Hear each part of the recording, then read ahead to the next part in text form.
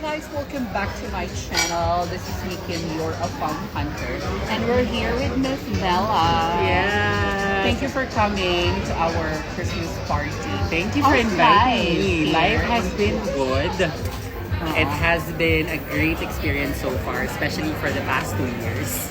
I'm celebrating my second anniversary in Madrid in Exactly. January. And I think it's one of the best decisions I've made in my life. To come here. To come here, to study, to explore, and to experience how inclusive Spain is for us trans women. Yeah, that's true. So what made you decide na Spain? Sa dami namang option. Actually, it wasn't unexpected. All I wanted was, I know that it was time for me to study. Because I have a big vision for myself. I want to be global. So I think the springboard to that is education. So as I was exploring options in universities, I saw IE. And then IE had a great dual degree program in MBA and Master in Creative Direction. So I took the chance to apply. And then, yun, pumasa. So hindi talaga yung Spain ang pinili mo? Hindi. Kundi talaga yung degree muna? I wanted at first Paris. Ah. Kasi I visited Paris in 2022. Casey Concepcion ang labanan. Oo. Diba? Oo. Oo, sabi ko, shucks, ang ganda ng Paris. Kasi for me, yung vibe, yung tinitignan ko eh. I always thought I was a New Yorker. So nag-apply ako sa NYU noong 2011. Tapos, dual degree din yung pinupursue ko doon. Pumasa ako sa art school, sa MBA, hindi ako pumasa. So sabi ko, okay. And then, 14 years after, or 13 years after, dinala ako sa Madrid. Wow. So how's Madrid? How's life here? And congratulations nga pala, you just graduated from your MBA. Congratulations. Yes. I'm at home and I'm at peace in Madrid. I always tell everyone that it's a no-brainer to decide to move here because experiencing life here as a trans woman, I think I never worry if I'm gonna be misgendered. I never worry if I'm gonna be encountering transphobic people. Because I think with the policies in place, it has to also help foster an inclusive environment. Kasi dito talaga very welcome naman ang ano. And it's like the country that has the most number of laws with regards to LGBT. Yes. Second in the world to establish marriage equality law. Oh, yeah? Oo. Second ba sila? Spain? First ng Netherlands and then Spain. Wow. Considering Catholic country pa to. And after graduation, what's the plan? The plan is to really make my mark here in Europe. And to stay here to na stay forever. here na. Oo. To get the nationality. Because you inspired me. Okay, here's the thing. As I was like reflecting, nag-post si Miss Kim ng kanyang story and her passport.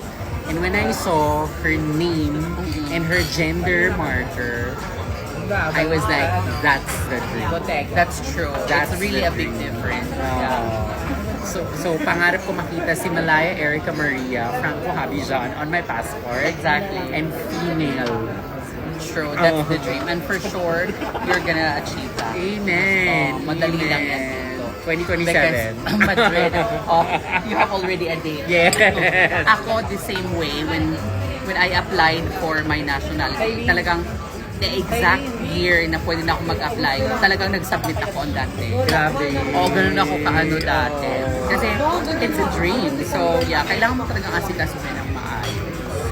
Kaya And look how's at you. love life here? Love life, I think, is budding. I've been meeting a lot of men who are respectful, Naman, who are enjoyable to be with, and I think that's the wonderful experience of dating here because I don't need to explain myself. In fact, if I'm on dating apps, nakalagay doon I'm trans. So the people who message me are aware That and I think that's very important. My safety is very important.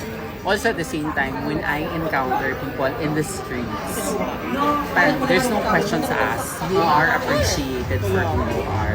They call you beautiful, they call you hermosa, señorita.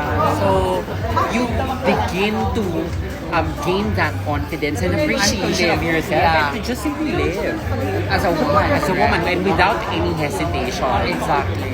Na hindi na i-invalidate yung pagkatao mo despite the circumstances that we are in right now globally. It's true. That's very true. That's something na talagang ang hirap din natin i-achieve in the Philippines. You know, sabi ko nga sa'yo, as now I'm the president of Filipino Trans Europe, ang hirap mag-pursue ng mga projects in terms of ano ba ang kailangan natin as the community. Tapos minsan, mga sarili pa natin, ka-community. Hindi, ganyan talaga yun. Pinapalis sa tayo. mga projects natin. Like for example, Miss Universe and everything, di ba? Ang daming against sa mga transgender women joining. So what's your view on that? Talaga yan. Ako, I celebrate our inclusion in Miss Universe. I celebrate our inclusion in Miss Grand, And All then Stars. which is a big thing also. It's a big thing. Miss Cosmo, it's also Miss Cosmo, we also saw two candidates, Exactly. Netherlands and Spain.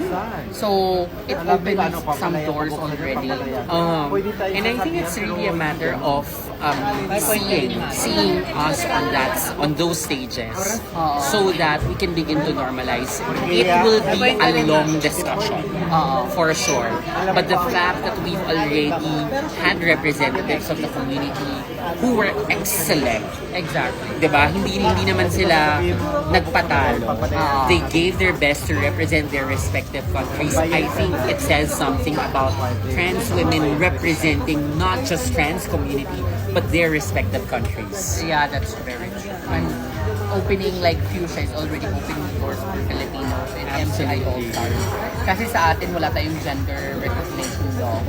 So, di ba, parang without that, pero tinanggap pa rin siya.